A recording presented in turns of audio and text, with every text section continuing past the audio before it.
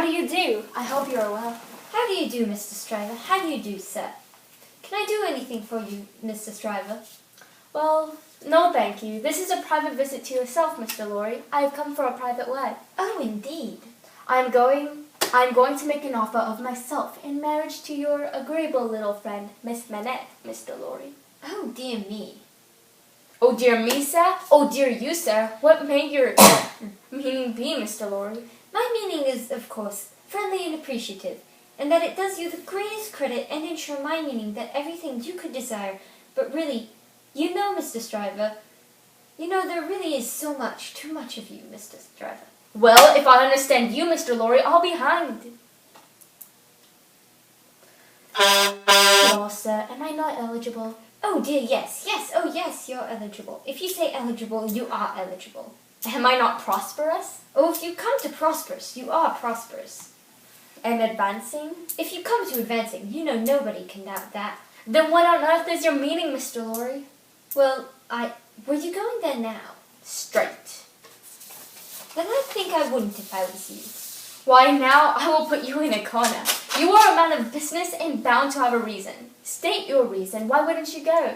Because I wouldn't go on such an object without having some cause to believe that I should succeed. But this beats anything. Here's a man of business, a man of use, a man of experience in a bank, and having summed up 3 leading reasons for complete success, he says there's no reason to say it, and with his head on. When I speak of success, I speak of success with the young lady, and when I speak of causes and reasons to make success probable, I speak of causes and reasons that will tell us such with the young lady. The young lady, my good sir. The young lady goes before all. Then you mean to tell me, Mr. Lorry, that it is your deliberate opinion that the young lady at present in question is a menacing fool?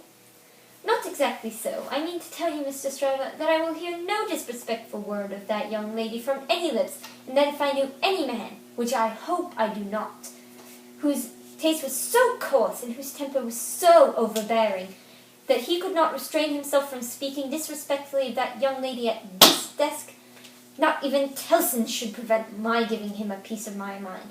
That is what I mean to tell you, sir. Pray let there be no mistake about it.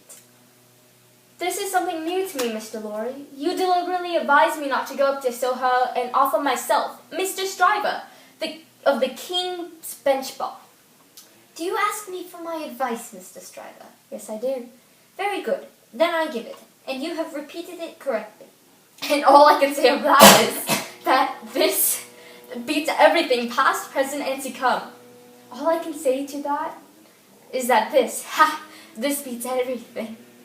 Now understand me. As a man of business, I am not justified in saying anything about this matter, for, as a man of business, I know nothing of it. But as an old fellow who has carried Miss Manette in his arms, who is trusted friend of Miss Manette and her father too, and who has a great affection for them both, I have spoken. The confidence is not of my seeking, recollect. Now, you think I may not be right?